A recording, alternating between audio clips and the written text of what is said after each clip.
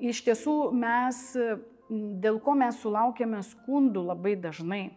Dėl to, kad mes neturim laiko.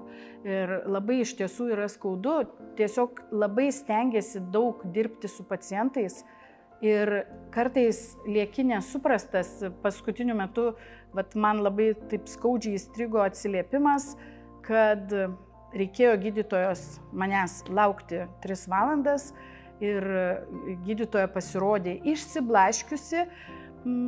Tiesiog toks atsiliepimas, aš puikiai suprantu, kad žmogui, kuris laukia, kada gydytojas atlieks iš kito darbo, nes jisai atlieks iš skyriaus, nes ten dirbo labai daug turėjo padaryti, aišku, tada vėluoji į polikliniką, tada kiti pacientai belaukiantis pyksta, kad tu vėluoji.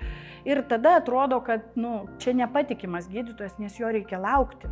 Jis neatėjo laiku, bet kad tas gydytojas dar prieš tai priėmė 15 pacientų chemoterapijos dienos stacionare ir turėjo dar 12 pacientų gulinčių stacionare, tiesiog mūsų yra mažai.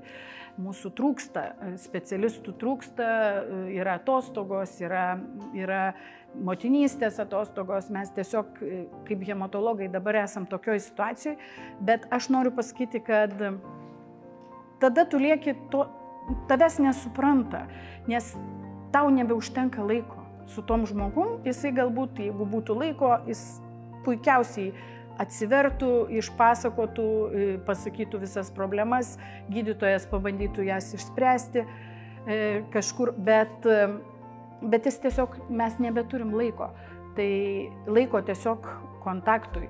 Tai tas toks kažkoks sudėliojimas galbūt, suplanavimas, darbo su pacientais, tokia vizija yra, kad jinai bus naudinga.